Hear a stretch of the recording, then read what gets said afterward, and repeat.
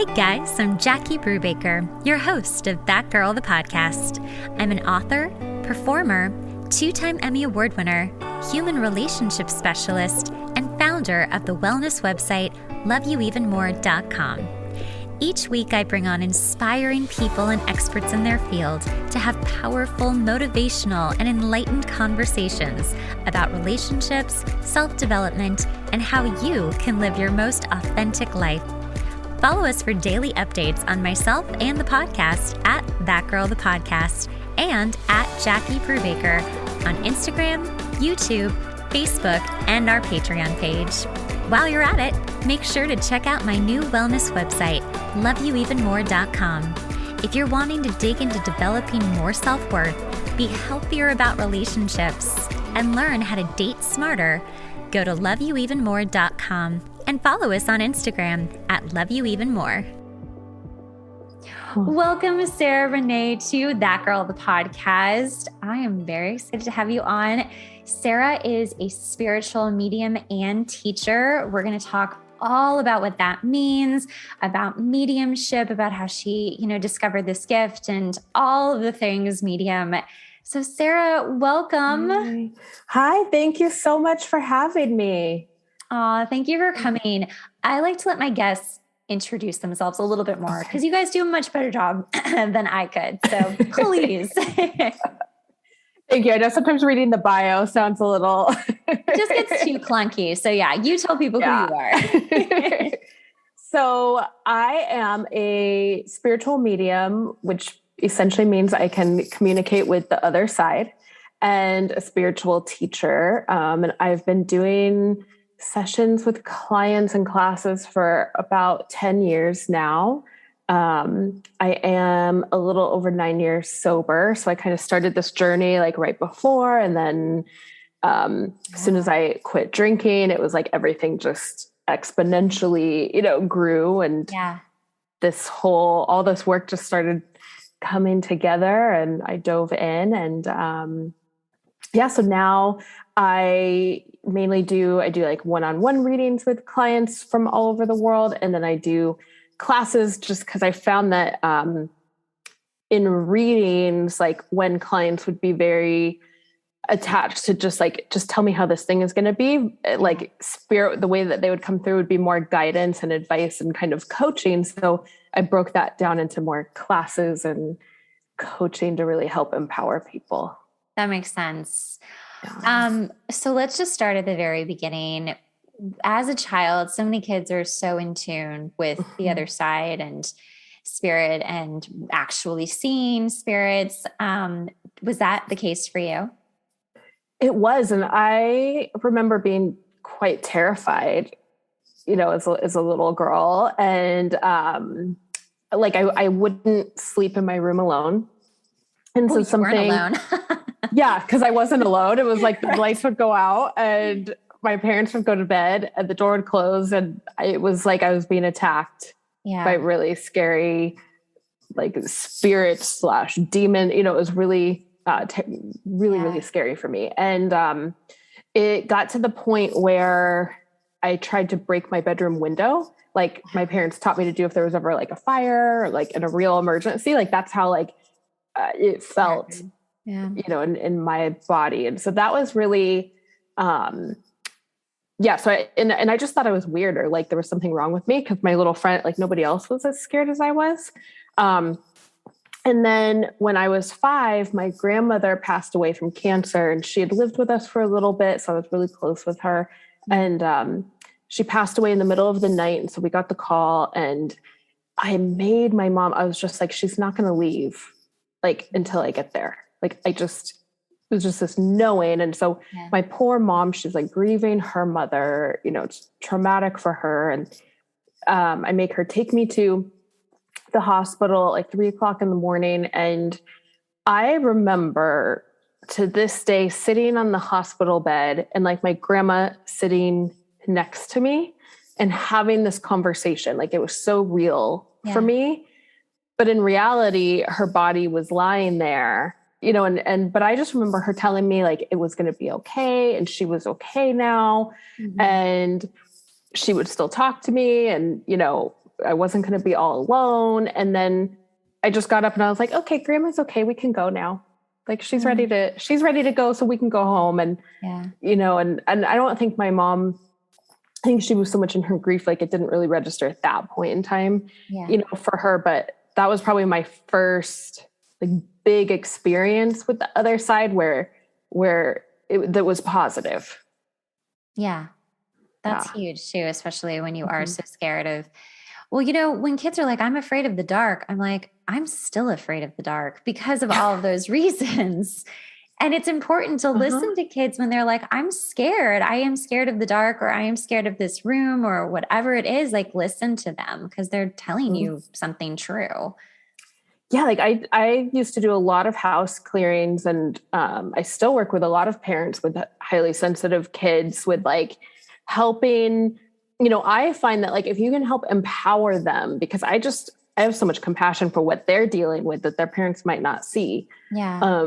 Cause I think of like little girl me, and I'm like, I want to empower her and, tell her about like Archangel Michael or certain things that they can say to tell these spirits to go away. And like, I'll usually put Archangel Michael penance under mattresses, and that helps a lot with nightmares or like things like that. So that's really rewarding for me when I get to help these little kids that are being tormented like I was, and help them start to sleep good and give them permission to use a nightlight. Cause I'm like, I still use a nightlight half the time.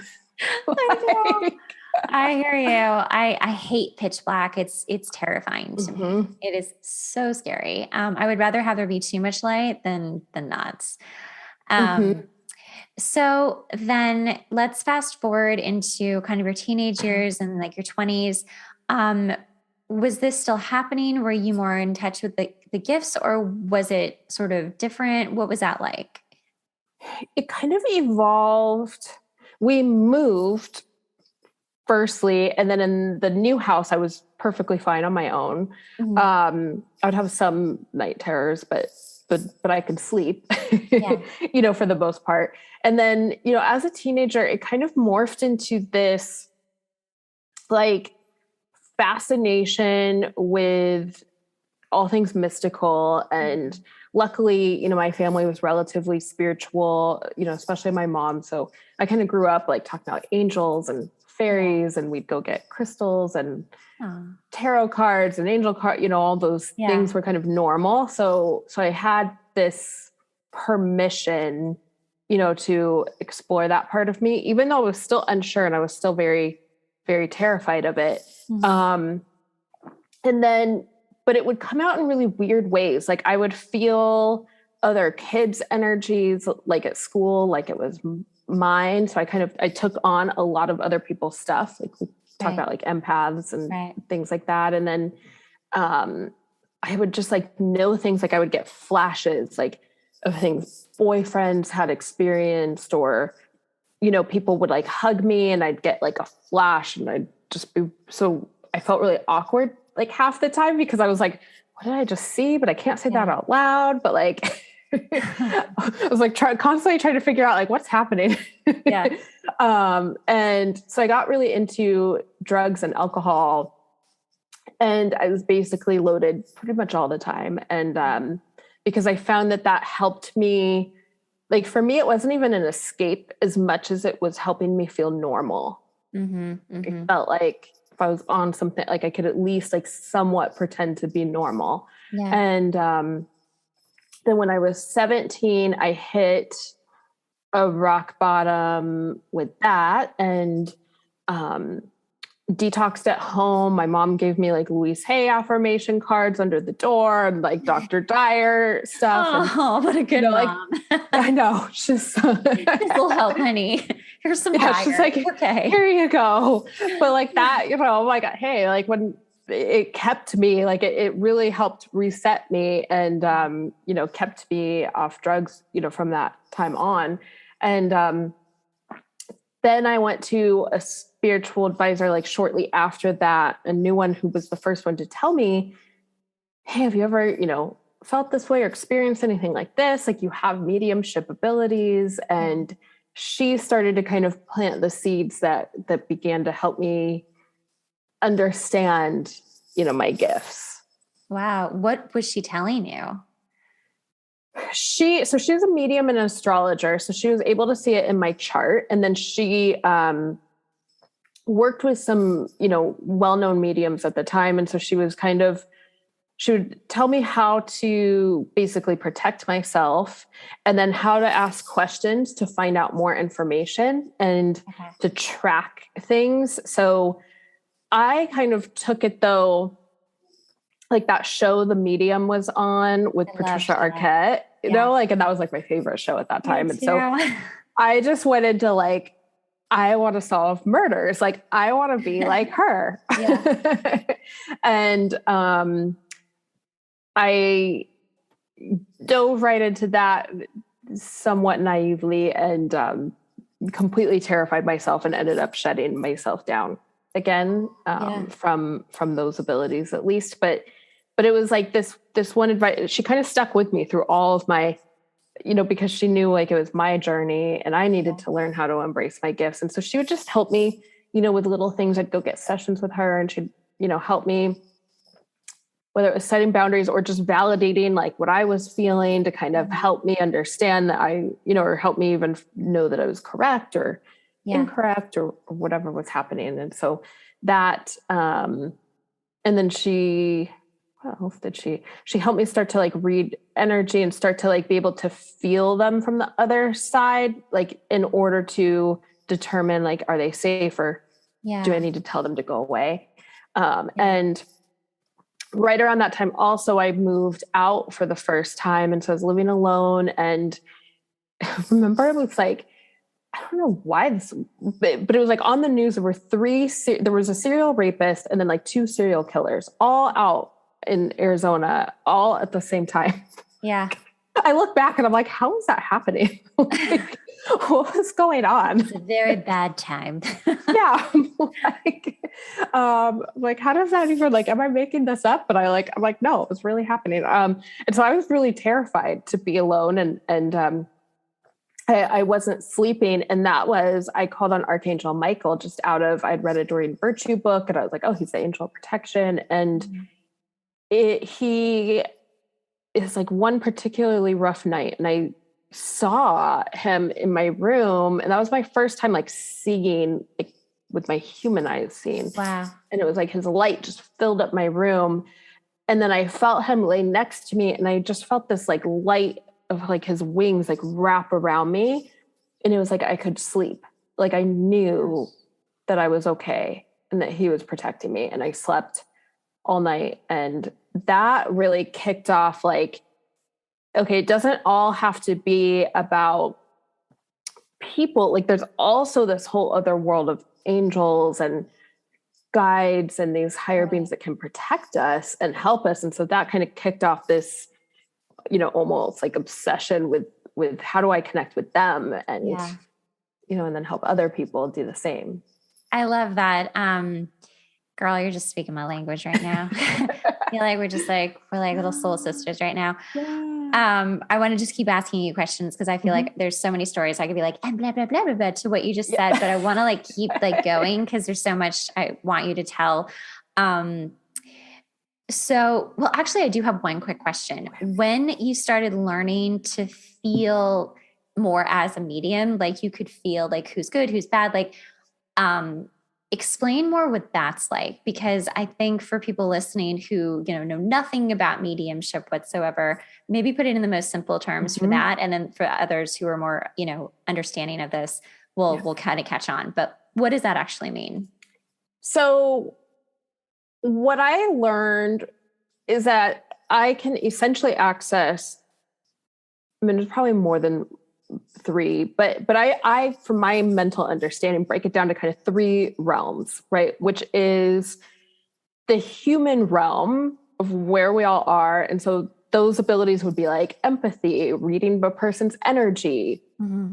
When you feel, just like when somebody's, if you've ever had an experience where somebody's smiling at you and they seem really nice and everybody's telling you that they're really nice, but you get this gut feeling. Yeah. And I don't know about you, but like that was like another whole trauma that I went through. My life was listening to other people, and I was harmed because of that, which just taught me more like I need to follow that gut feeling. So I'm a big, believer in developing that because I feel like it can keep us so safe. Very much so, yeah. And then there's this lower realm. So that's like landlocked spirits, right? Like what we call ghosts, who will stay haunting a place and either can't cross over or won't cross over, because they want to stay in this place of causing harm, kind of wreaking havoc, not learn their lessons, whatnot. And so to me, they almost appear like slightly see-through, like they're a little dull or like more gray, and they don't feel good. Like they don't feel in good. The most blunt term, like they just feel a little, even if they're not terrifying, like a demon or something like that, like they feel questionable. Like you kind of feel a little bit uneasy, like they're either watching you or like, and then they're not very, even when they're not causing harms, usually they're on like a repeating cycle and it's just like a loop over and over again. Versus like when a soul has crossed over, so then there's this higher realm. Yeah. And like, I even feel it, I'll feel it physically when I'm bringing through a loved one who's crossed over or an angel or a guide, my heart rate goes up. Like my temperature goes up. People used to, I did a reading for nurses once and they were like, are you okay? You like have shallow breath and you're like talking really fast. Like just calm down. I'm like, no, this is just me adjusting to their energy because they step into my field and it's just like, it's like fire kind of, but it's love. Like there's zero question of if you're safe or not. And so for me, it was giving myself that permission to say like, I'm only bringing through souls where I don't have any question, where I know I'm safe. I know they're good, where they feel like this and they're bright and they're more vibrant than most humans. Like they're more alive, or lively than a lot of humans. And so that's like the distinction for me is like, it's just pure love and divine power and light and vibrancy versus this kind of dull, heavy, like lower, right? Like where I feel weighed down type energy. Do you feel that most times when actual people, like living people, are vibrating at a lower frequency, they're calling in those lower vibrations, those lower energies or entities that are stuck? Yeah, 100%. And I even would say, because so in high school, I was using cocaine and meth a lot. Oh my God, honey. Yeah, I was going to mess around. I went all the way. You're like, I'm in this. I'm going to do this. And people, when they're on those types of drugs, like there's a lot of talk about hallucinations or, people see things, but was interesting having my abilities, going through that, coming out of that, developing my abilities. When I look back, there's definitely some things where I'm like, okay, maybe that was a hallucination, but I have a theory, and, it's just my own theory that because the vibration gets so low, the entities really, and there's a lot of, entities and spirits that don't want to cross over because they want to keep using. So they attach to people and feed into their addiction, or try to get them to do bad things. Cause that's like their point. That's like their whole goal in their existence is to cause more damage, cause more harm, experience that lifestyle again and again through people.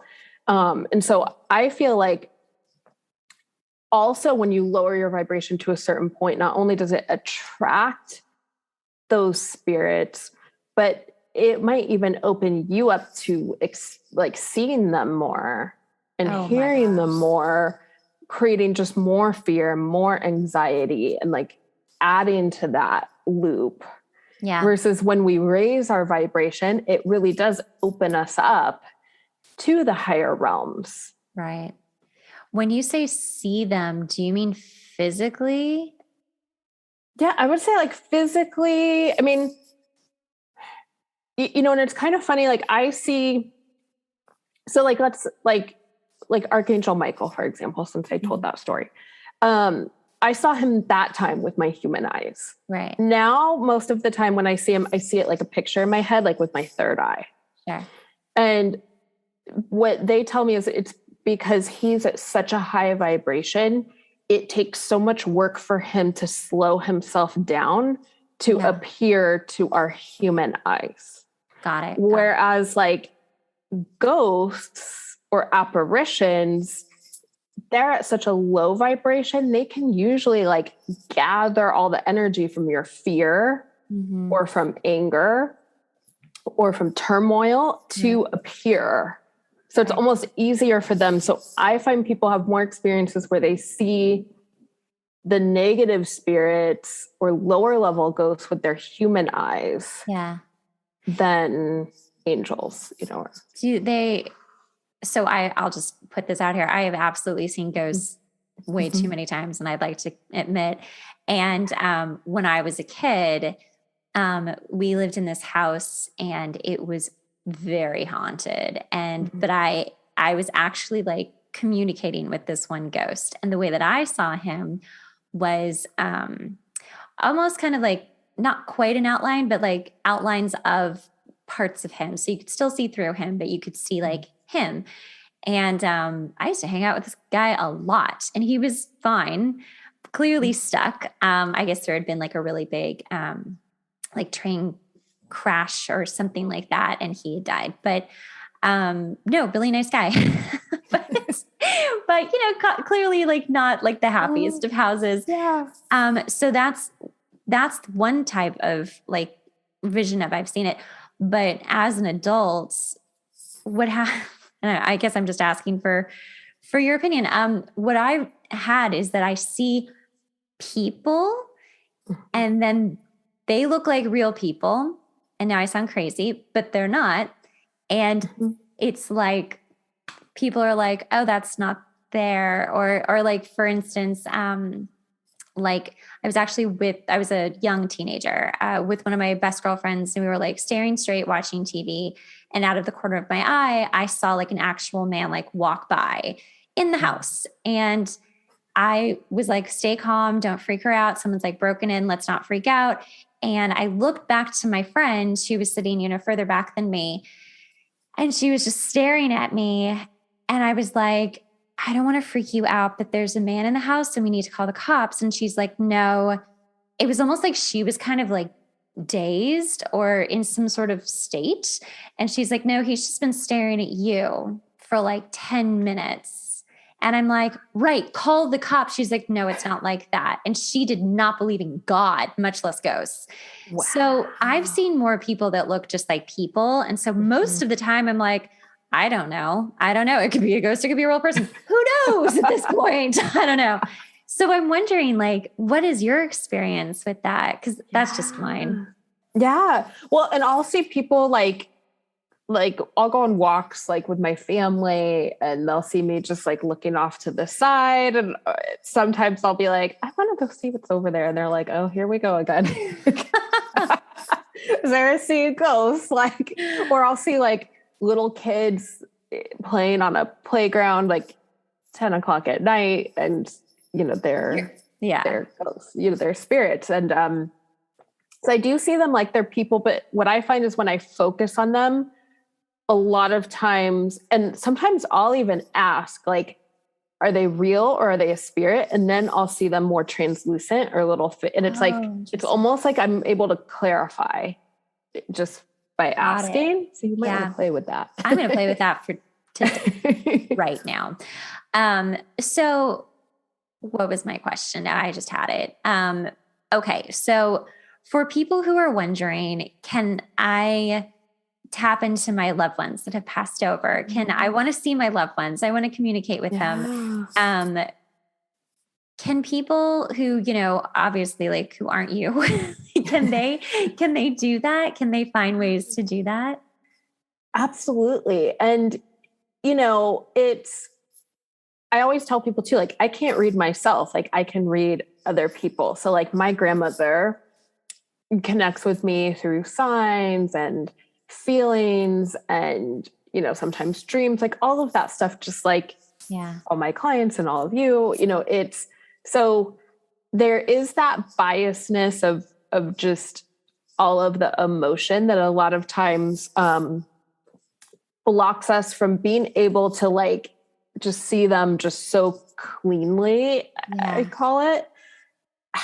But with that said, you can definitely, you know, build a relationship with them from the afterlife where you feel them. And how I feel it, like when I'm doing a reading, it feels like they step into my field. And then, so I see messages like as if I'm in their body and experience their passing and all of that. But what I see for clients are like when they can visit us, like if you've ever just felt like that feeling where it's just like chills all over your body, or it's like maybe you're having a really bad day and it's just like all of a sudden this like warmth washes over you, or like you smell a loved one, or you just feel them and you don't know what else to say. Like you're like, I just feel them. Usually how I'm seeing it is that they are stepping into your field and it's like they're giving you a hug.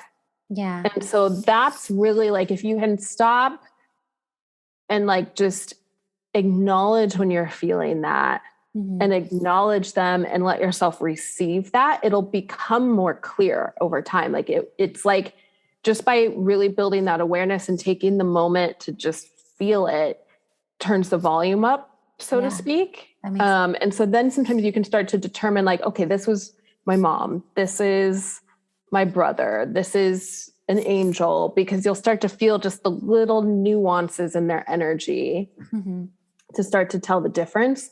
And that's really fun for people. And I feel like builds trust, because then you're like, oh no, I know this is so-and-so, you know, so I can listen to them and, or I can trust what I'm feeling. And then also like, and a lot of times I find this like as soon, right when people pass away or transition, you know, they might try like all the signs, you know, like I had somebody come get a session the other day and like her loved one had just passed away like a week prior. And I was like, I feel like she's sending you like all the signs, like the coins, the feathers, the songs, the numbers, like all of them.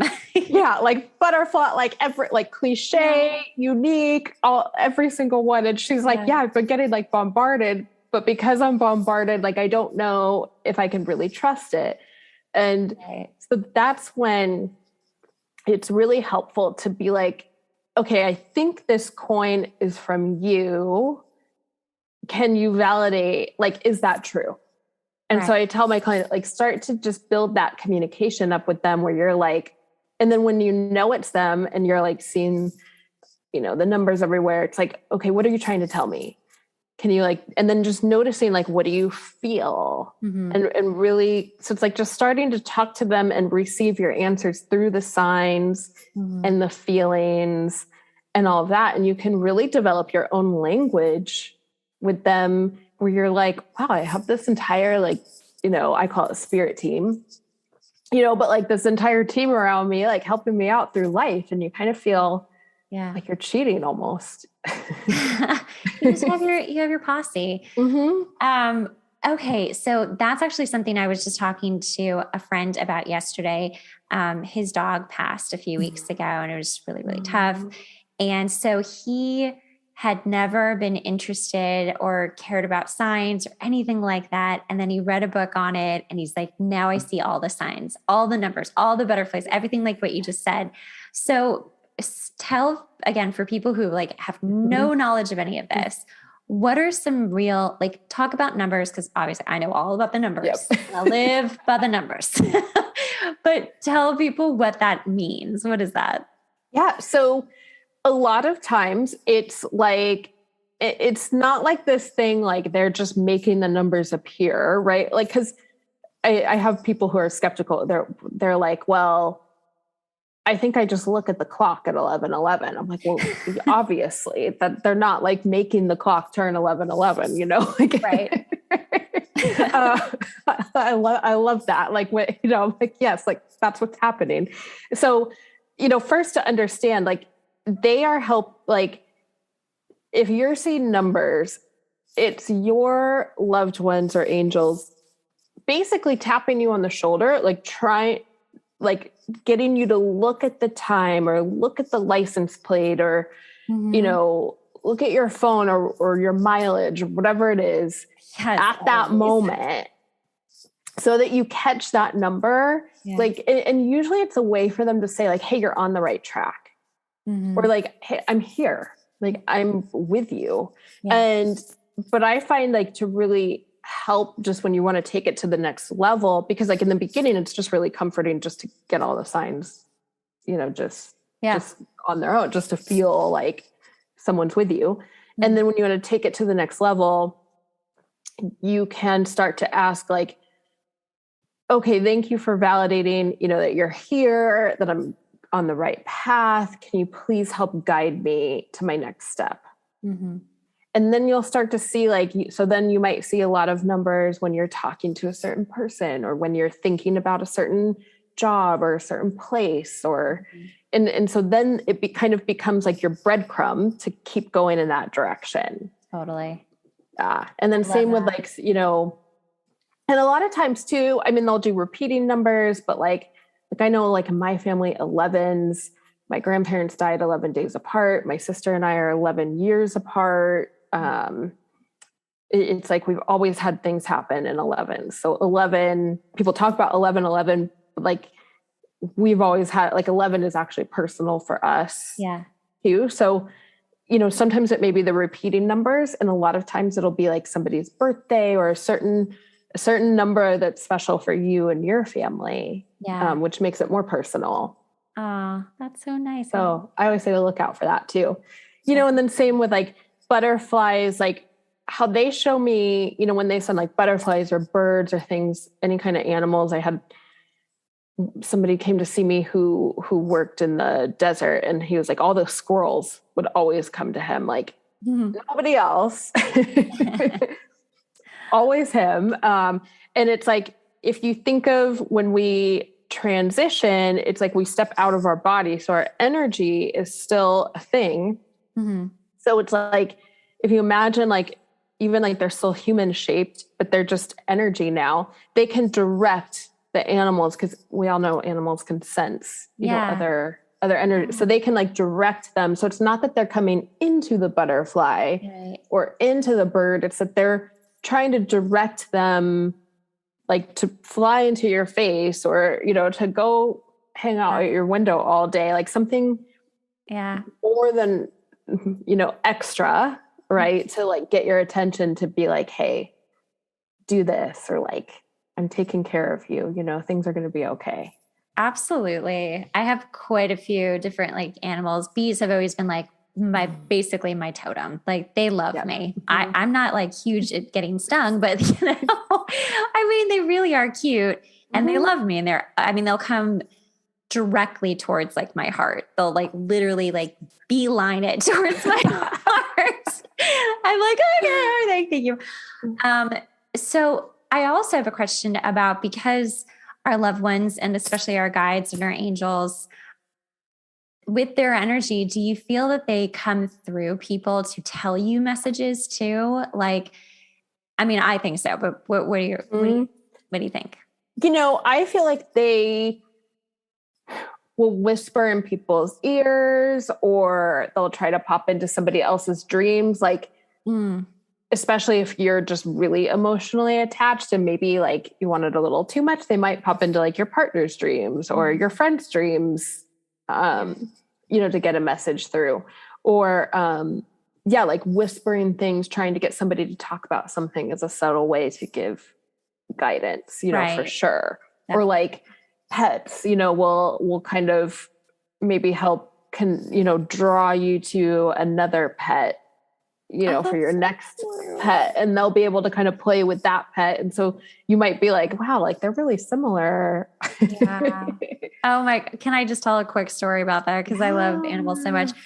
So I had a cat named Bailey for 18 years. He was an orange tabby, the best. He was the best. And it was really hard to lose him like almost 4 years. Yeah. Like almost 4 years ago now.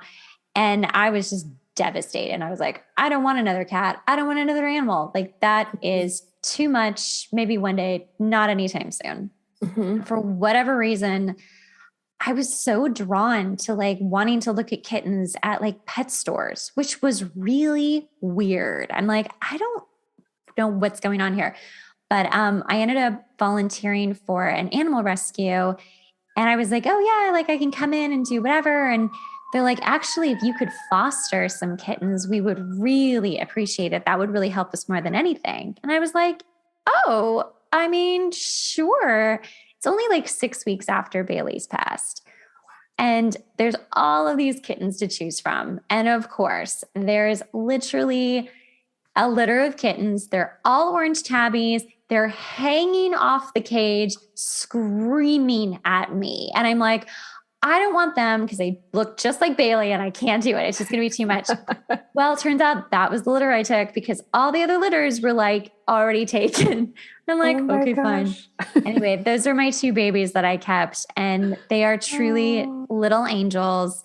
And I have no doubt that Bailey absolutely facilitated that because, I mean, I didn't think I would get another cat, much less another. They're both orange tabbies. Like, I'm like, okay. But what was really sweet was that I fostered them for like 5 or 6 weeks or something. And then I brought them all to get spayed and neutered. And the night that they were all away, Bailey visited me and he just jumped up on the bed and laid where he used to. And I was like, oh my God, finally. Like, I know it's been so much commotion, but thank you for like coming. Cause anyway, I just know he brought my kitties to me, and it was just, I wasn't even looking for it. And I think that that's, like they know whether it's an animal or it's your loved one who was a human. Yep. Both loved ones, but just different species. Yeah. They all go to the same place, and, they can all, none of them want us to be alone.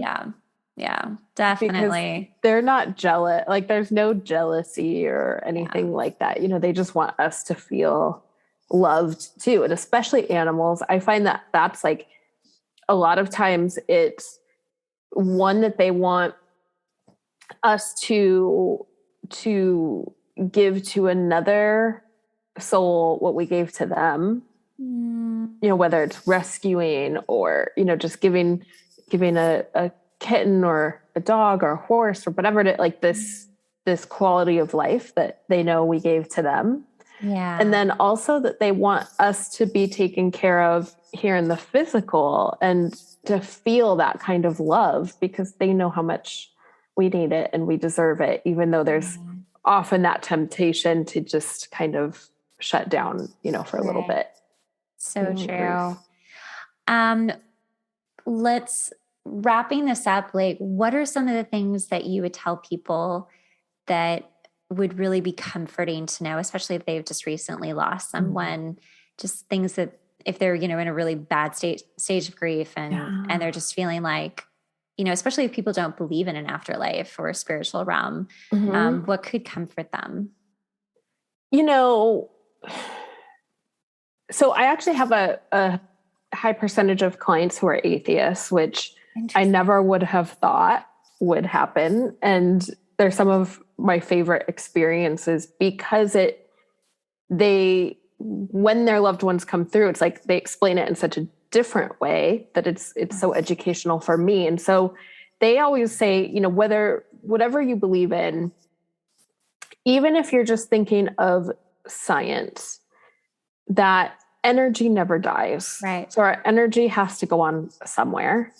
And, we know that there are these higher dimensions, that there are all these different dimensions. And so it's like, even if you just think of it like that, like that our energy steps out of this dimension and goes into a new dimension. that can overlap with ours. It's at a higher frequency and it can overlap with ours. And so that they're still continuing, like, you don't have to believe in something that feels very questionable for you. Mm-hmm. You can to connect with them. Yeah. They can connect with you in a way that goes with whatever you believe. Like, you don't even have to believe in mediumship, right? Like, you can you can feel them and connect with them in your own way. And, that's like my job. I always view it like my job isn't to make people believe in what I do or in any path. It's just to help them feel their person. They're people, they're loved, they're animals, they're angels. And that's it. However that kind of turns out for them, that's what's meant to happen. And, so kind of opening, if you find yourself in that skeptical place or in that doubtful place, maybe just opening your mind to, like, how can I experience them? Like, what do I really believe is possible? Yeah. And because there's a big part of choosing to believe versus choosing to not believe. Yeah.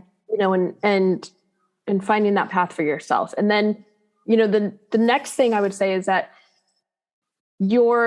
for the soul who transitioned, it's way easier on them, like, because they can still see us. Mm-hmm. So they don't go through the heavy grief, even when they pass, like, in what we would say is too young, or even if they're murdered, right? Like, the pain of their death stays with the murderer, not with them. They're set free. So they are okay, first and foremost. And they're better than okay, because they always show me, like, as soon as they leave their body, like, they just feel immediately, like, held in love.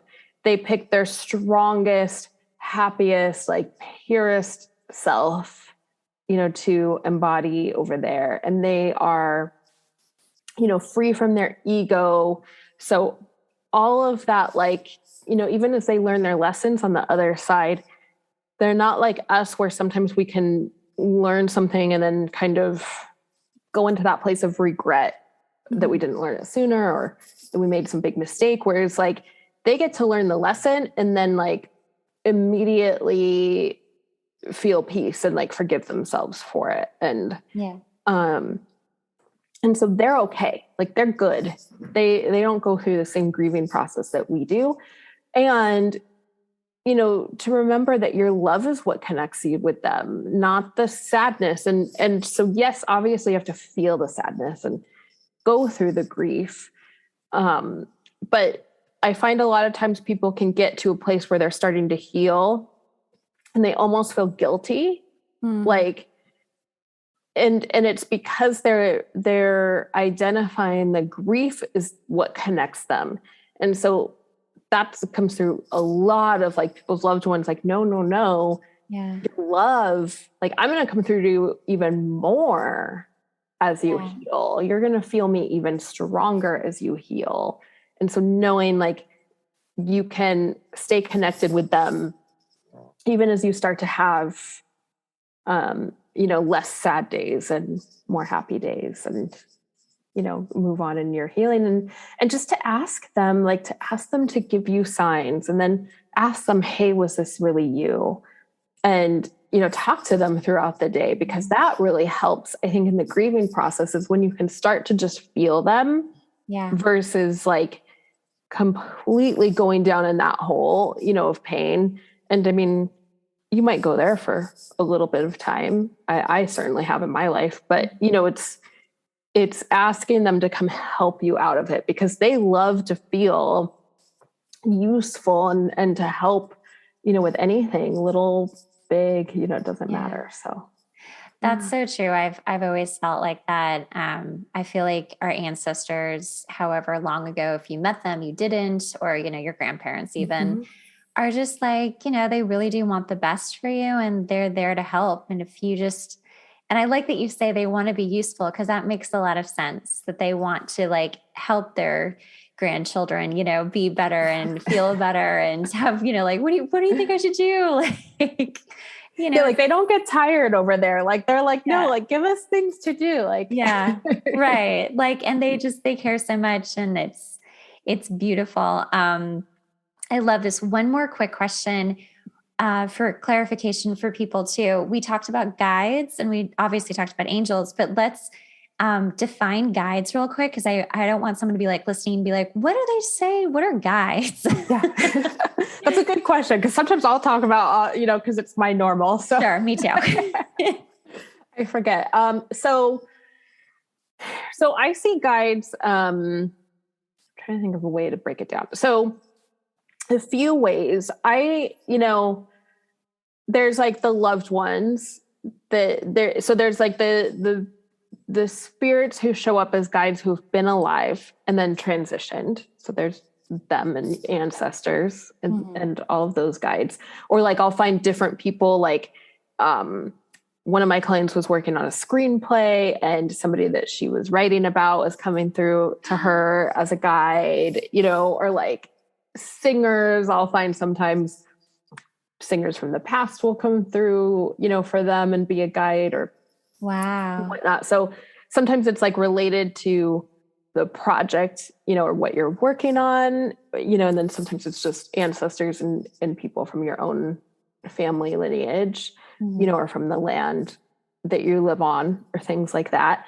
And then there are these guides where like they don't manifest into human form. Like they don't have a name, where I hear them like just a higher consciousness voice, like almost like how I think of God, right? Like of just kind of a collective of this higher intelligence. And so we all have those. And then I'll see these beings who are really like, they're like 20 feet tall and gold. And then I see these other beings who look like water, but they can show up. How they show up for me is like almost in the shape of humans, but they look like water. And then they change colors as they communicate. And they always show me that they're connected to the planet Sirius. And I call them councils of light. They don't tend to like the term alien. So at least those... Stop saying aliens, people. They're over it. They're like, that's a human term. Right. We didn't choose that one. Thanks. Yeah. Like, please don't use that. Yes. Yeah.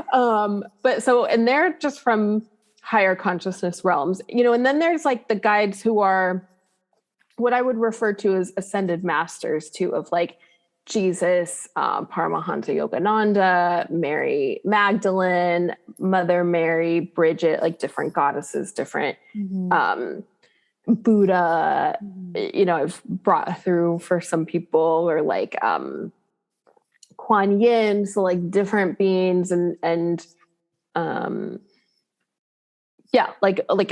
even beings that are labeled maybe gods or goddesses, but who ultimately come through, as a teacher, from that higher consciousness, and so I kind of call them guides as well. Yeah. I do too. I'm glad we clarified that, because there's a lot to it. There's a lot to all of this. And I am so glad we got to sit down. I bet we could do a whole other conversation on like just the afterlife and just the spiritual realm. If you ever want to, let me know. But tell people how they can find you. Sure. So SarahReneeInc.com is my website, and that has all of the information on sessions, any classes that I'm teaching, all of that good stuff. There's an interview with the Dyer sisters on there that's really good. All of that. And then Medium Sarah Renee on Instagram. I post free meditations and little client stories and tips on connecting with your loved ones and all of that on there. So that's a good place too. Perfect. And everything will be in the show notes, so you can just click as well. Well, thank you, Sarah. This has been so much fun to just talk and connect. I loved our conversation today. Me too. Thank you so much for having me. Thanks so much for listening to the podcast. Remember, sharing is caring. Make sure to rate the podcast and leave a review. We really rely on this to help get the podcast out there. Also, make sure to watch the video version on YouTube at That Girl the Podcast.